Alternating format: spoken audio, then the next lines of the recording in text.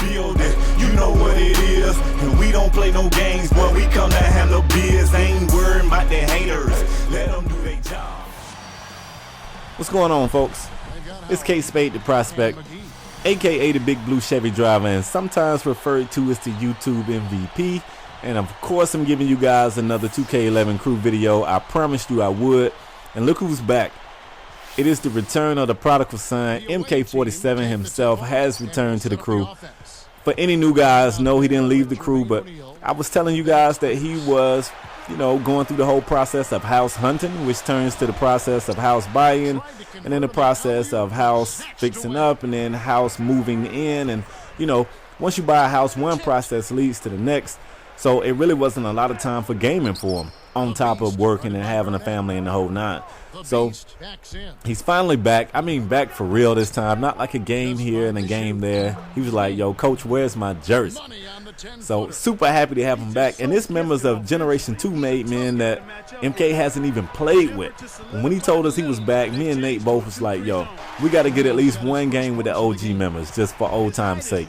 So this was our first game back, his first game back, our first game back together. And you'll see a little bit of rust early on, some miscommunication here and there. But for the most part, it was like riding a bike. So hope you enjoy the game. Let me set this one up and I'll jump right into the commentary. It's a three-man crew on my behalf. Of course, MK-47 is playing the point. I'm K-Spade, I'm playing the 2. And we got Nate D-O-double-G, the Beast, playing the 4. So I've said this before and I'll say it again. We got J-Ho at the 3, JaVale McGee at the 5. You would be surprised at how good Josh Howard plays. Like Josh Howard as a CPU teammate, he has great hustle.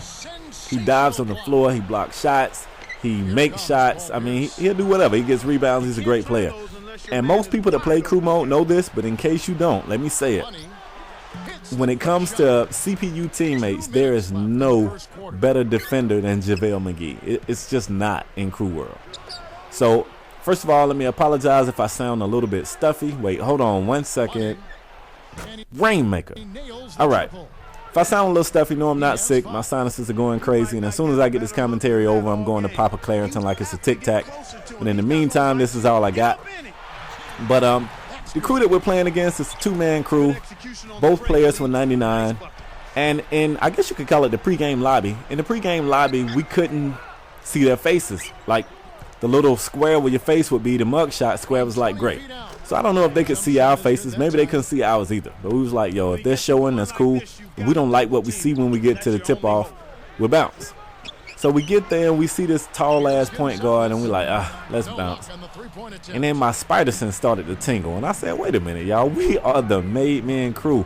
I want a challenge. Let's go. I mean, because honestly, I hate losing. My crewmates to tell you that. Like, I get pissed at a loss. But if we lose a game to a team with a 7'5", three-point shooting point guard, I really can't take that too seriously. You know what I'm saying? That'll be like being upset because your Honda Civic lost a race to a Porsche. I mean, you should be shocked if you did win. You know what I'm saying? So we took the game, not really being too concerned with wins and losses. I say not really because I'm always concerned with wins and losses. But, more than anything, we wanted to hang out with the OGs, just come back and have a good time. So it didn't take us long to get into the game and find our rhythm, and rhythm is really what it's about out here in crew world. So every time it seems like we would pull away from these guys, they would make a really big shot, or they would just run through the paint and just monster dunk on like the entire crew. So MK-47 with a slew of red bars, and it's very rare that you see that get called a charge. I was pretty sure it was an and one. I think I was celebrating, and they was like, Spade, you might want to calm down, player, that's a charge. So I was like, huh? I mean, it caught me all off guard. So you see, once again, they're back in the game. Kind of like, I don't know, we couldn't pull away. So it really didn't matter. We was just having a good time. As this video is going, there's a couple things I want to say. I know a lot of people ask me about backgrounds. Do I know who can do a background or logos or whatnot? And there's two guys I want to talk about. My current background, if you haven't seen it, stop by my channel. I always stop by my channel, but stop by and check it out. The guy that made my background for me now, his name is TF Mafia Killer 123. Killer has one L. I'll put a link to his page up. And he just kind of hit me up on the blue one day and said, Spade, let me make you a background. And he made it, and I liked it. You know, I threw a little bit of input, but for the most part, you know, it was all him. So thanks to him, kudos to him. If you're looking for a background, he's one person you can check out. And also, I just met a kid, like, you know, I submitted a video to Sports Gaming Universe, and I was like, yo, you know, your background is clean. It's not too busy, but, you know, it's clean. And, you know, I was giving contact to this new guy. His name is Beast Canadian. I have a link to his channel as well. And he also does some really nice backgrounds.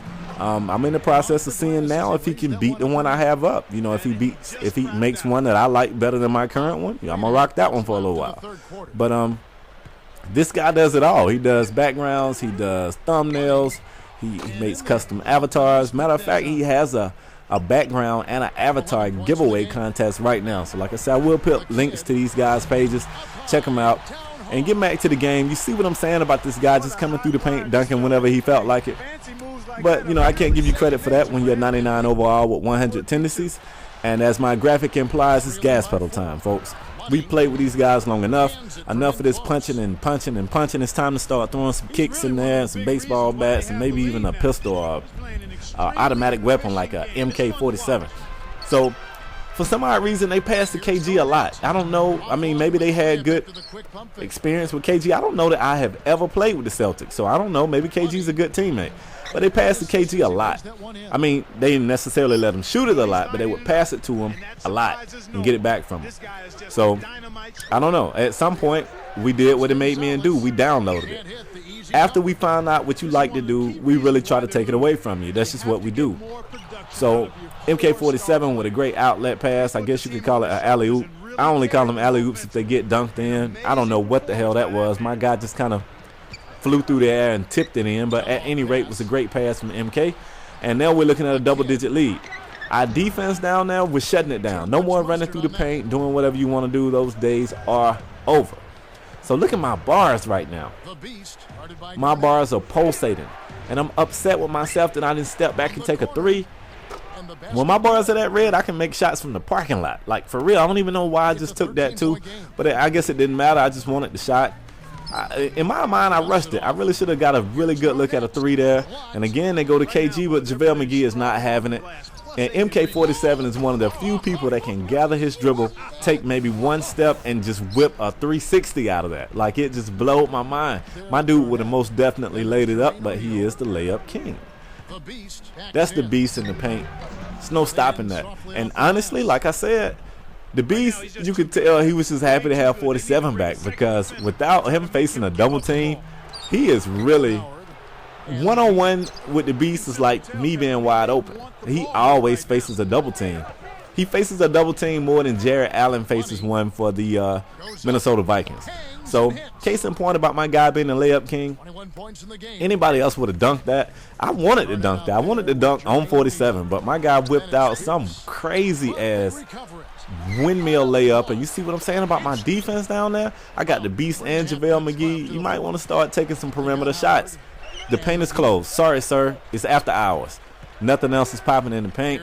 And this is 47 just rubbing it in because this guy will dunk and mine won't.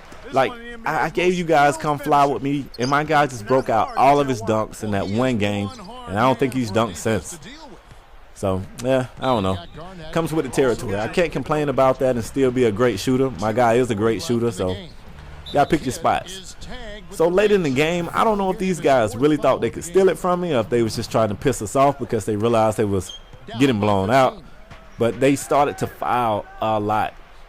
And that's my way of kind of paying them back. Now, to me, that's an alley-oop. You know, you want to keep reaching and grabbing and scratching and kicking. So, you know, we'll just go to the air and alley-oop it on them. So that last alley-oop that MK threw me, I don't know, it kind of started something. So at this late in the game, it's playtime. Like, we know we got the game, so I want you to watch this play here. Look at this guy trying to guard me. He has no idea what I'm about to do. And this situation is about to get oopish. The beast comes with a pick. I'm not going to the basket. I wait on the roll. That's a oop. So this is like the second one on consecutive possessions down the court. And we got some more in store for you. So this game, needless to say, TMM gets the victory. It's crazy because early on, I'm pretty sure everybody thought it would be a much better game. But it just wasn't, and check me out.